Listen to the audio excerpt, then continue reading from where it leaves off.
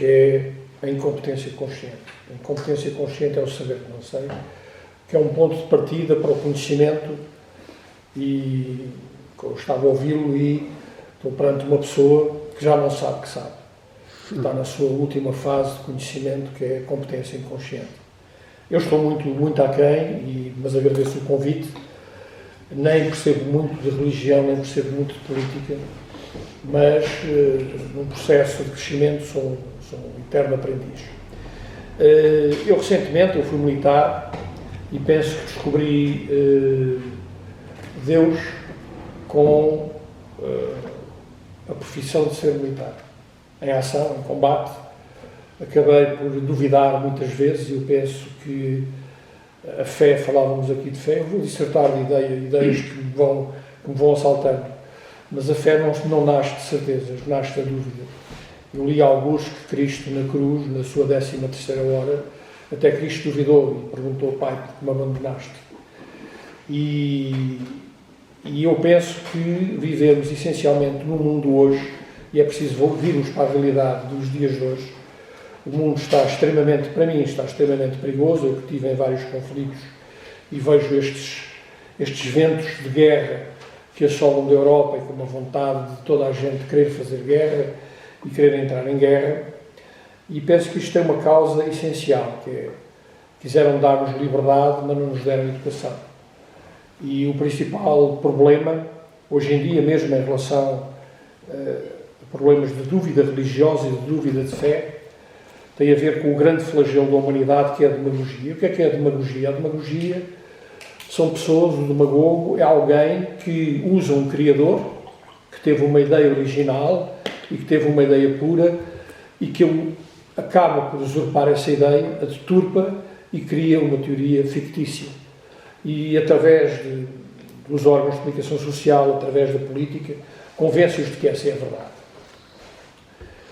Há um livro interessante do Ortega y Gasset, que é um filósofo que eu sigo, A Rebelião das Massas, em que o homem de hoje é o homem desprovido de interior, desprovido de interioridade, cheio de certezas, desprovido de dúvidas, cheio de demagogias, e que acabou por se exonerar a si mesmo, demite-se a si mesmo, mas muito fruto daquilo que nós assistimos hoje, que é uma manipulação massiva dos órgãos de comunicação social. Vendem-nos a verdade. Há um outro filósofo interessante, que é o José Gil, que é um grande filósofo português. Eu penso que ele está considerado dentro dos 10 maiores filósofos do mundo. Ele até pergunta porque dentro dos 10, porque não dentro dos 11, e que tem um livro interessante que é Portugal e o Medo de Existir. E falando dos mídia, a violência planificou-se. E os telejornais, quando nós assistimos aos telejornais, só falam de desgraça, de miséria, de morte, e no final o apresentador do telejornal termina dizendo: nasceu um panda no Jardim Zoológico de Pequim. E este panda fica ao nível, a planificação da notícia fica ao nível de toda aquela desgraça.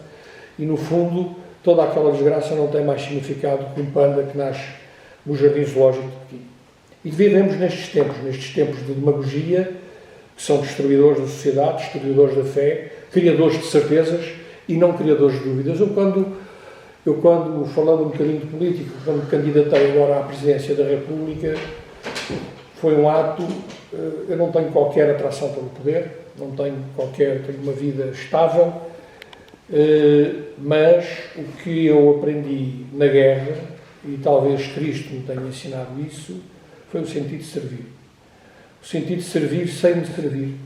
E servir é um ato de nobreza, e a palavra nobreza está ligada não a um snobismo, que tem o significado, sim, nobilitate, de pessoas que se querem fazer passar por aquilo que não são, mas o sentido de nobreza no sentido de que aquele que lidera chama a si os maiores sacrifícios para poder servir os outros.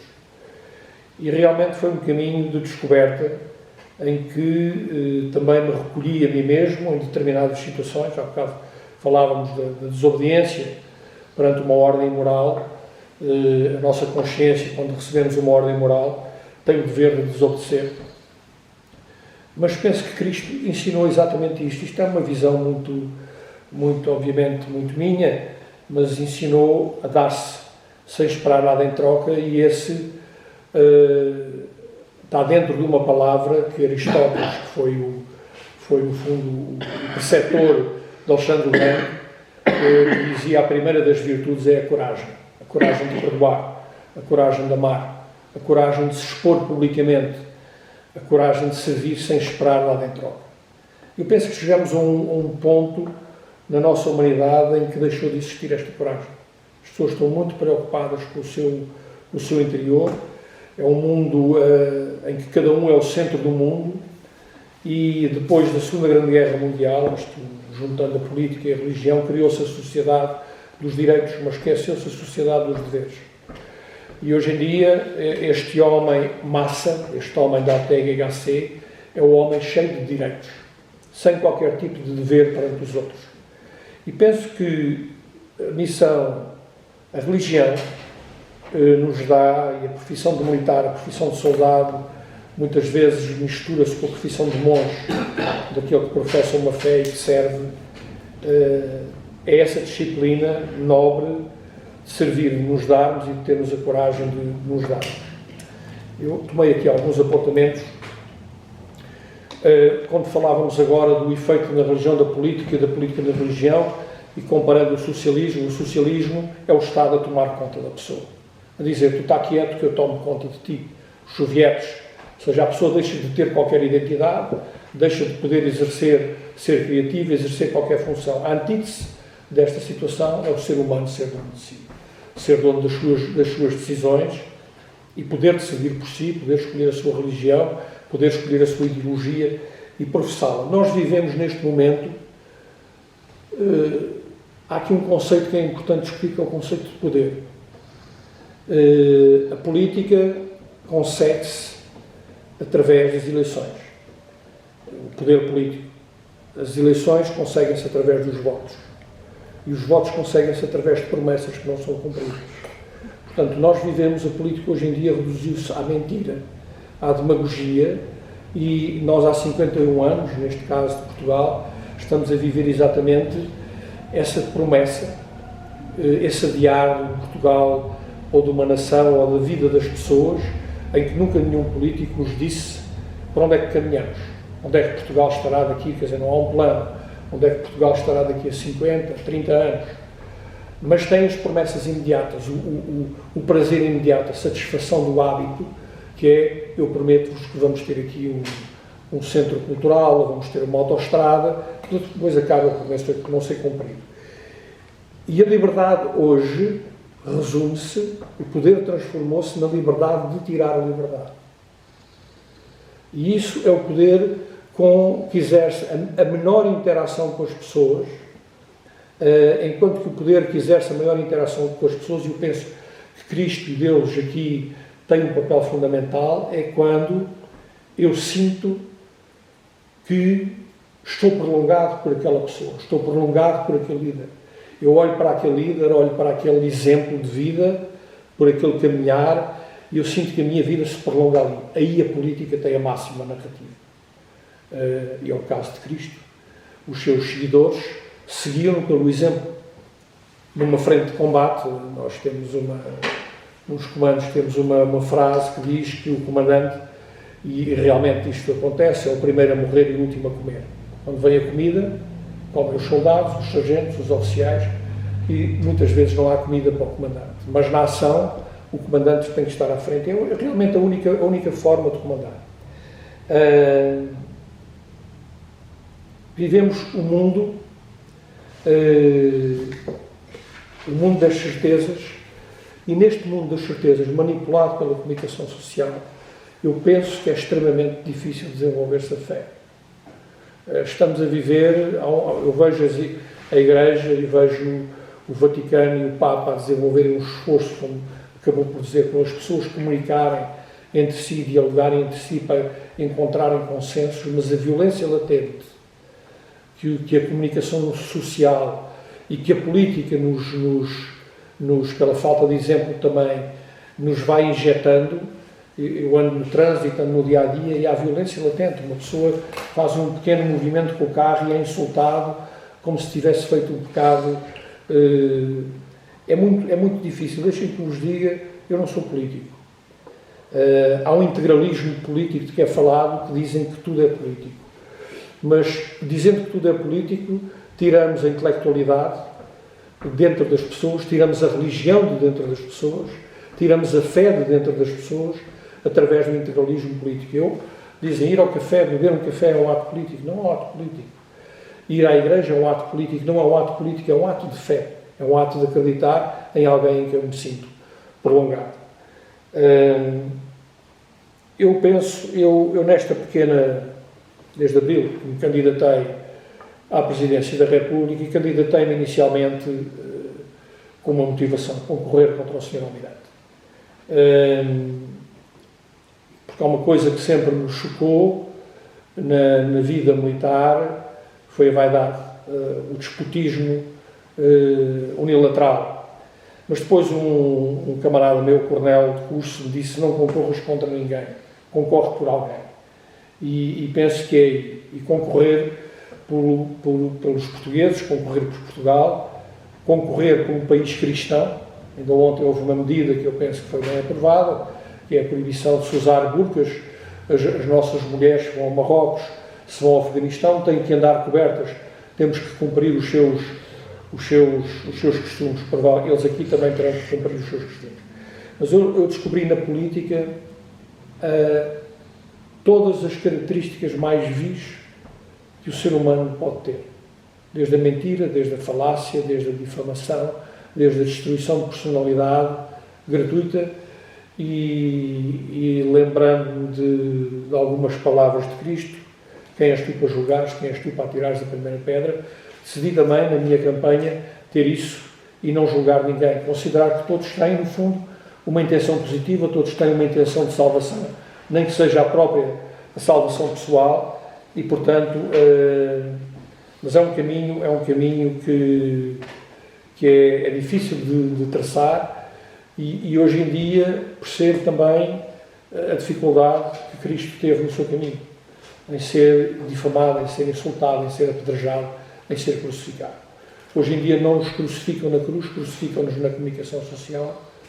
A propósito disso, eu já disse há um bocadinho, ao falar do serviço, uma frase importantíssima do Evangelho, é Marcos 10, 42, 45.